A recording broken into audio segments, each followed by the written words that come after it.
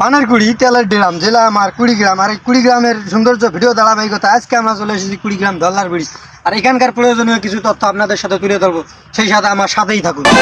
সেই সাথে গ্রামে কিংবা গঞ্জে কিংবা ঘরের চিপায় কিংবা মোবাইল স্ক্রিনে যে যেখান থেকে ভিডিও দেখতেছেন সবাইকে জানাই সাদর সম্ভাষণ। কুড়িগ্রামের সাথে নাগেশ্বরী ও ভুনগামারী উপজেলার যোগাযোগ রক্ষার উদ্দেশ্যে ধরলা নদীর উপর একটি সেতু নির্মাণ করা হয়। এই সেতুটি ধরলা ব্রিজ নামে সুপরিচিত।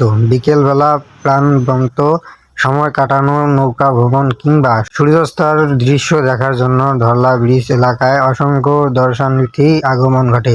ধরলা ব্রিজ যেতে হলে প্রথমে কুড়িগ্রাম জেলায় আসতে হবে। রাজধানী ঢাকার আসাদগেট, কল্যাণপুর ও গাবতলী থেকে নাবিল হক স্পেশাল, হানিফ, তানজিলা ও এনার মতো বাসে কুড়িগ্রাম যাওয়া যায়। এসি, নন এসি এসব বাসের জনপ্রতি ভাড়া লাগবে 950 কিংবা 1400 টাকা। আবার কমলাপুর রেলওয়ে স্টেশন থেকে কুড়িগ্রাম এক্সপ্রেস অথবা রংপুর এক্সপ্রেসে ট্রেনে ঢাকা থেকে সরাসরি কুড়িগ্রাম যাওয়া যায়।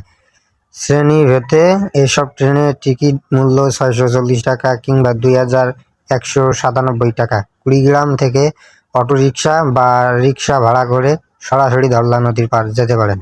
জানা গেছে 2018 সালের 3 জুন সাবেক প্রধানমন্ত্রী শেখ হাসিনা গণভবন থেকে ভিডিও কনফারেন্সের মাধ্যমে ফুলবাড়ি ধরলা সেতু চলাচলের জন্য উন্মুক্ত করে দেন।